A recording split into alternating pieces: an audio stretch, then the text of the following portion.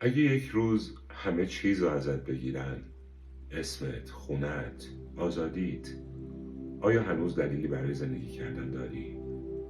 آیا میتونی هنوز معنا پیدا کنی؟ سوال این نیست که زندگی چقدر سخت و ناممکن میشه. سوال اینه که تو اون سختی ها چقدر معنا پیدا میکنی. کتابی که امروز در موردش باهاتون صحبت میکنم نه یک اثر روانشناسیه، نه یک حادثه تلخ. این کتاب راز پیدا کردن معنا وسط جهنمه. نویسنده این کتاب کسی نیست جز ویکتور فرانکل، یک روانپزشک اتریشی که سالهای زیادی از عمرش رو در اردوگاه مرگ آشویتس گذروند.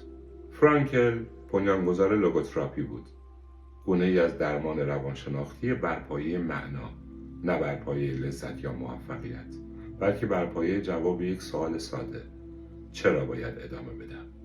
کتاب امروز: انسان در جستجوی معنا، اثر ویکتور فرانکل.